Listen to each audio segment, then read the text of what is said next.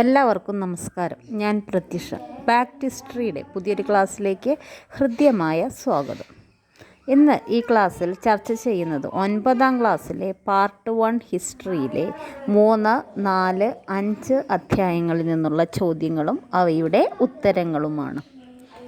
ഈ ഒരു ക്ലാസ് നിങ്ങൾക്ക് ഉപകാരപ്പെട്ടുവെങ്കിൽ ഇത്തരത്തിലുള്ള വീഡിയോകൾ തുടർന്നും ലഭ്യമാകുന്നതിനായി ഈ ചാനൽ ഒന്ന് സബ്സ്ക്രൈബ് ചെയ്യുക. അതുപോലെ തൊട്ടടുത്തുള്ള ബെല്ലൈക്കൺ ഒന്ന് എനേബിൾ ചെയ്താൽ തുടർന്ന് വരുന്ന ക്ലാസ്സുകളുടെ നോട്ടിഫിക്കേഷൻ ഉടനടി ലഭിക്കുന്നതായിരിക്കും.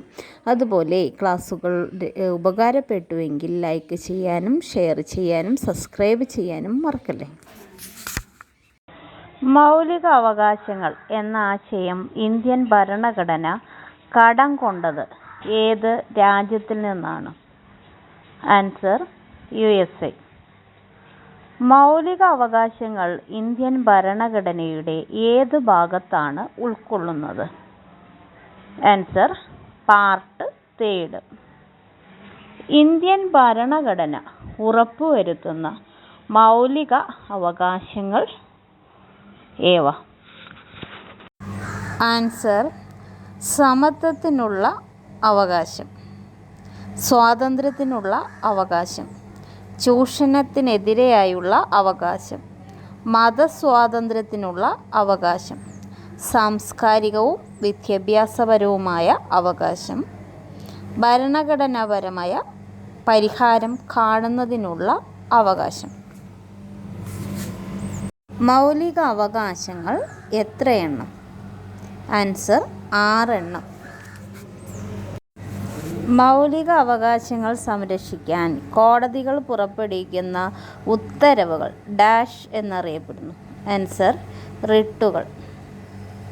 ഇന്ത്യൻ ഭരണഘടനയുടെ ഹൃദയവും ആത്മാവുമെന്ന് അംബേദ്കർ വിശേഷിപ്പിച്ച അവകാശം? ആൻസർ ഭരണഘടനാപരമായ പ്രശ്ന പരിഹാരത്തിനുള്ള അവകാശം. റിട്ടുകൾ എത്ര തരം? അവ ഏവ? ആൻസർ 5 തരം. ഹേബിയസ് കോർപ്പസ്, മാൻഡമസ്, കോ വാറന്റോ, പ്രൊഹിബിഷൻ. ഭരണഘടനയുടെ എത്രാം ഭാഗത്താണ് നിർദ്ദേശക തത്വങ്ങൾ അടങ്ങിയിട്ടുള്ളത്? Answer part 4. മൗലിക കർത്തവ്യങ്ങളെക്കുറിച്ച് പ്രതിപാദിക്കുന്ന ഭരണഘടനാ ഭാഗം? Answer part 4A. ഏത് കമ്മിറ്റി നിർദ്ദേശിച്ച അവകാശങ്ങൾ അടിസ്ഥാനമാക്കിയാണ് ഭരണഘടനാ നിർമ്മാതാക്കൾ മൗലിക അവകാശങ്ങൾ തയ്യാറാക്കിയത്? Answer Nehru committee. തൊട്ടുകൂടായ്മ നിരോധന നിയമം പ്രാബല്യത്തിൽ വന്നതെന്ന്? ഉത്തരം 1955. ഇന്ത്യൻ ഭരണഘടനയുടെ ഹൃദയവും ആത്മാവും എന്നറിയപ്പെടുന്ന ആർട്ടിക്കിൾ ഏത്? ഉത്തരം ആർട്ടിക്കിൾ 32. നിങ്ങൾക്ക് ശരീരം ഏറ്റെടുക്കാം എന്നർത്ഥം വരുന്ന റിട്ട് ഏത്? Answer habeas corpus. സ്വന്തം കർത്തവ്യം നിറവേറ്റാൻ ഒരു ഉദ്യോഗസ്ഥനെയോ പൊതുസ്ഥാപനത്തെയോ അനുശാസിച്ചുകൊണ്ട് പുറപ്പെടുവിക്കുന്ന റിട്ട് ഏത്? ഉത്തരം മാൻഡമസ്. ഒരു വ്യക്തി അയാൾക്ക് അർഹമല്ലാത്ത ഉദ്യോഗം വഹിക്കുന്നത് തടയുന്നതിനുള്ള റിട്ട് ഏത്? ആൻസർ കോ വാറന്റോ. നിയമവിരുദ്ധവും നീതിരഹിതവുമായ വിചാരണ തടയാൻ പുറപ്പെടുവിക്കുന്ന റിട്ട് ഏത്? Answer prohibition. ഒരു കേസ് കീഴ്ക്കോടതിയിൽ നിന്നും മേൽക്കോടതിയിലേക്ക് മാറ്റാൻ പുറപ്പെടുവിക്കുന്ന റിട്ട് ഏത്? Answer prohibition. ധാരാളം മതങ്ങളുള്ള ഇന്ത്യയെപ്പോലെ ഒരു രാജ്യത്തെ ഗവൺമെൻറ്റിന് ആധുനിക കാലഘട്ടത്തിൽ മതേതരത്തിൽ അധിഷ്ഠിതമായതല്ലാതെ പ്രവർത്തിക്കാൻ സാധ്യമല്ല. നമ്മുടെ ഭരണഘടന മതേതര സങ്കല്പത്തിൽ അധിഷ്ഠിതമായതും മതസ്വാതന്ത്ര്യം അനുവദിക്കുന്നതുമാണ്. ആരുടെ വാക്കുകളാണിത്? ഉത്തരം ജവഹർലാൽ നെഹ്റു. ഇന്ത്യൻ ഭരണഘടനയിൽ ഏറ്റവും പ്രധാനപ്പെട്ട വകുപ്പ് ഏതാണെന്ന് ചോദിച്ചാൽ എൻ്റെ ഉത്തരം ഭരണഘടനാപരമായ പരിഹാരം കാണാനുള്ള അവകാശം ആണ് എന്നാണ്. ഇത് ഇന്ത്യൻ ഭരണഘടനയുടെ ഹൃദയവും ആത്മാവുമാണ്. ഇത് ആരുടെ വാക്കുകളാണ്? Answer doctor BR Ambedkar. എല്ലാ ജനങ്ങളുടെയും ക്ഷേമം ലക്ഷ്യമാക്കി നയങ്ങൾ ആവിഷ്കരിക്കുകയും നടപ്പിലാക്കുകയും ചെയ്യുന്ന രാഷ്ട്രമാണ് ഡാഷ്. ആൻസർ ക്ഷേമരാഷ്ട്രം. അധ്യായം 4 മധ്യകാല ഇന്ത്യ, രാജസങ്കല്പവും ഭരണരീതിയും. ഫസ്റ്റ് ക്വസ്റ്റ്യൻ, സൽത്തനത്ത് കാലത്ത് ഡൽഹി ആസ്ഥാനമായി ഭരണം നടത്തിയ വിവിധ രാജവംശങ്ങൾ ഏതെല്ലാം?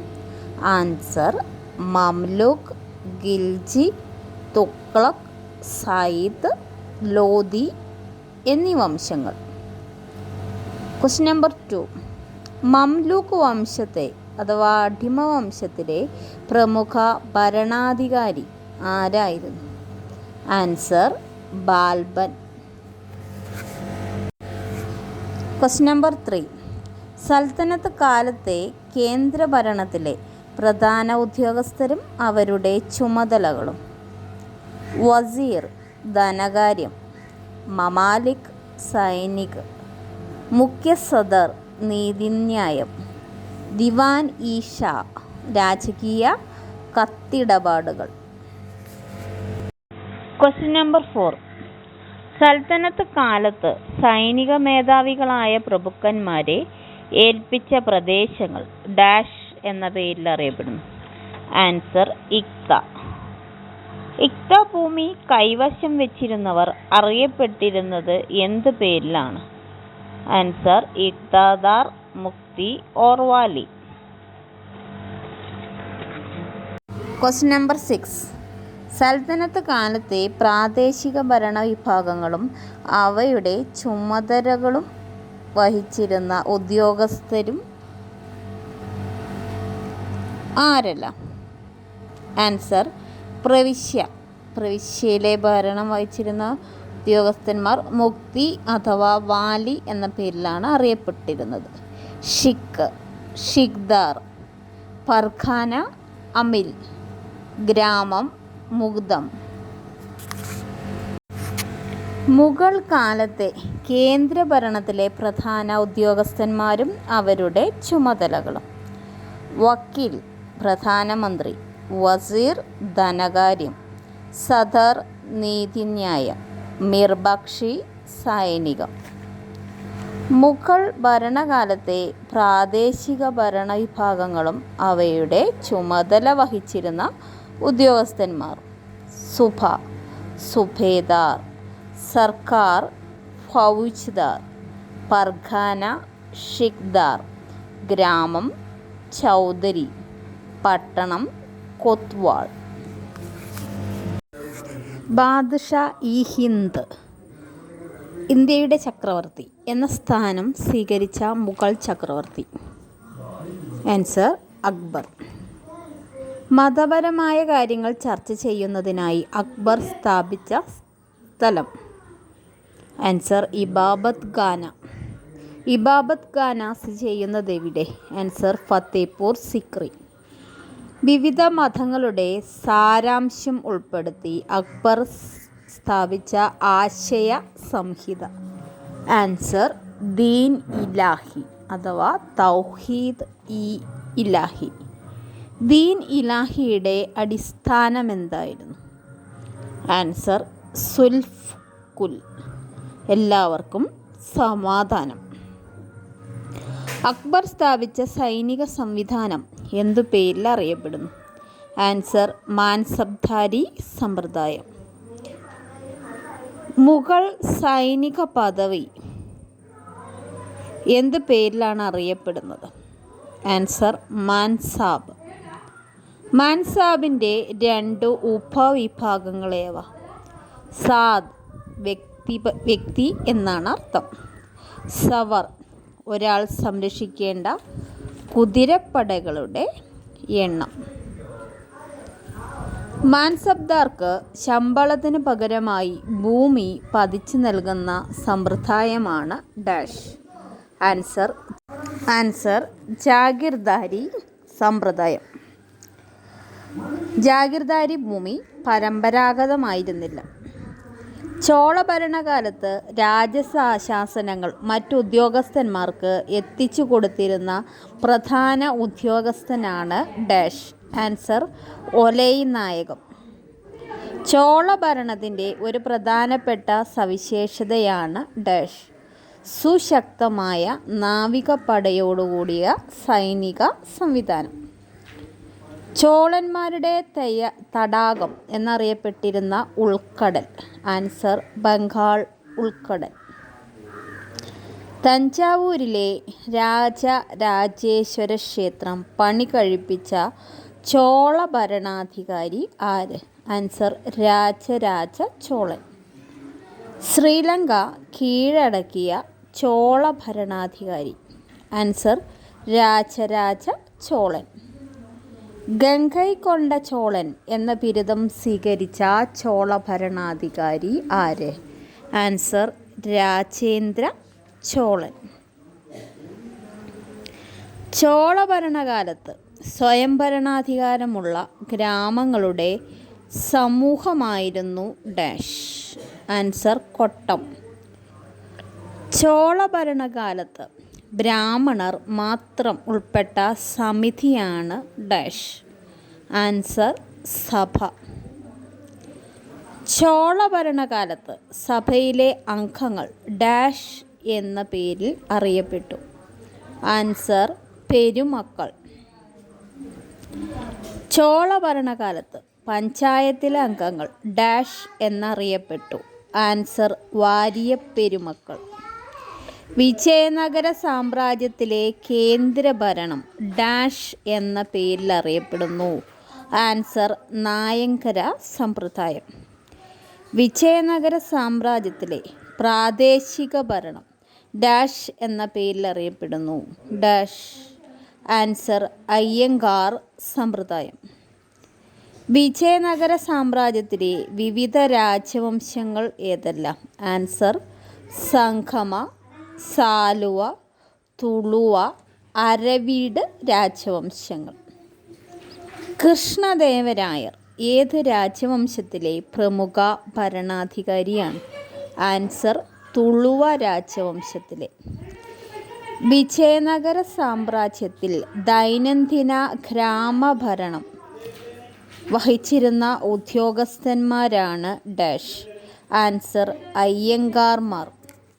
മറാത്ത ഭരണാധികാരിയായ ശിവജിയെ ഭരണത്തിൽ സഹായിച്ചിരുന്ന മന്ത്രിസമിതി. ആൻസർ അഷ്ടപ്രധാൻ. ശിവജിയുടെ സ്ഥാനാരോഹണം നടന്നതെന്ന്? ആൻസർ 1674. ശിവജിയുടെ സ്ഥാനാരോഹണം നടന്നത് എവിടെ വെച്ച്? ആൻസർ റായ്ഗഡ്. മറാത്ത സാമ്രാജ്യത്തിൽ ആക്രമിച്ച് കീഴടക്കിയ പ്രദേശങ്ങൾ എന്ത് പേരിൽ അറിയപ്പെടുന്നു? ആൻസർ മൊഘളൈ. മറാത്ത സാമ്രാജ്യത്തിൽ മൊഘളയിൽ ആക്രമിച്ച് കീഴടക്കിയ പ്രദേശങ്ങളിൽ നിന്നും ഈടാക്കിയിരുന്ന വിവിധ നികുതികൾ ഏതെല്ലാം? ആൻസർ ചൗത്ത് സർദേശ്. അഷ്ടപ്രധാനിലെ വിവിധ മന്ത്രിമാരും അവരുടെ പദവി: പേഷ്വാ പ്രധാനമന്ത്രി, ന്യായാധ്യക്ഷൻ മുഖ്യ ന്യായാധിപൻ, അമാത്യൻ ധനകാര്യം, സച്ചിവൻ രാജകീയ കത്തിടപാടുകൾ, മന്ത്രി രാജാവിൻ്റെ പ്രൈവറ്റ് സെക്രട്ടറി, പണ്ഡിതറാവു മതകാര്യം ദാനധർമ്മം, സുമന്ത് വിദേശകാര്യം, സേനാപതി സൈനികം. അധ്യായം 5 സമ്പത്തും സമൂഹവും മധ്യകാല ഇന്ത്യയിൽ. ഫസ്റ്റ് ക്വസ്റ്റ്യൻ, ഇബ്നു ബത്തൂത്തയുടെ പ്രമുഖ കൃതി? ആൻസർ കിതാബുൽ റിഹ്ല. ആഗ്രയിൽ എത്ര ഇനം വിളകൾ കൃഷി ചെയ്തതായാണ് അബുൽ ഫസൽ ഐനി അക്ബരിയിൽ പറയുന്നത്? ആൻസർ 37. ചോള ഭരണകാലത്ത് വെള്ളാൻ വകൈ ഭൂമി ആരുടെ ഉടമസ്ഥതയിലുള്ളതാണ്? ആൻസർ കർഷകരുടെ കയ്യിലുള്ള ഭൂമി. ചോള ഭരണകാലത്ത് പള്ളിച്ചാണ്ടം ആരുടെ ഉടമസ്ഥതയിലുള്ള ഭൂമിയാണ്? ആൻസർ ജൈന സ്ഥാപനങ്ങൾക്ക് നൽകിയ ഭൂമി. Question number 5. ചർക്കയുടെ ഉപയോഗമെന്ന സാങ്കേതിക വിദ്യ ഇന്ത്യക്കാർ സ്വായത്തമാക്കിയത് ആരിൽ നിന്നാണ്? ആൻസർ ചൈനക്കാരിൽ നിന്ന്.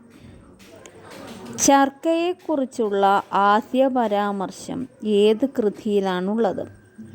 ആൻസർ 1350 ഇസാമി രചിച്ച ഫുത്തുഹുസ ലാത്തിൻ എന്ന കൃതിയിൽ. മധ്യകാലത്ത് ഇന്ത്യയിൽ പ്രചാരത്തിലുണ്ടായിരുന്ന വെള്ളി നാണയമാണ് ഡാഷ്. ആൻസർ തങ്ക. മധ്യകാലത്ത് ഇന്ത്യയിൽ പ്രചാരത്തിലുണ്ടായിരുന്ന ചെമ്പു നാണയമാണ് ഡാഷ്. ആൻസർ ചിതൽ. അക്ബർ ചക്രവർത്തി പുറത്തിറക്കിയ വെള്ളി നാണയമാണ് ഡാഷ്. ആൻസർ ജലാലി. അക്ബർ ചക്രവർത്തി പുറത്തിറക്കിയ സ്വർണ്ണ നാണയമാണ് ഡാഷ്. ആൻസർ ഇലാഹി. Next question. കുതിരകളെ ഉപയോഗിച്ചുള്ള തപാൽ സമ്പ്രദായമാണ് ഡാഷ്. ആൻസർ ഉലൂക്ക്. കാൽനടയായുള്ള തപാൽ സമ്പ്രദായമാണ് ഡാഷ്. ആൻസർ ധാവ. സ്വന്തമായി കൃഷിയിടമുള്ളവർ മുഗൾ കാലഘട്ടത്തിൽ അറിയപ്പെട്ട പേര്? ആൻസർ ഖുദ് കഷ്ത. Next question. മറ്റുള്ളവരുടെ ഭൂമിയിൽ കൃഷി ചെയ്തിരുന്നവർ മുഗൾ കാലഘട്ടത്തിൽ അറിയപ്പെട്ട പേര്? ആൻസർ പാഹി കഷ്ത.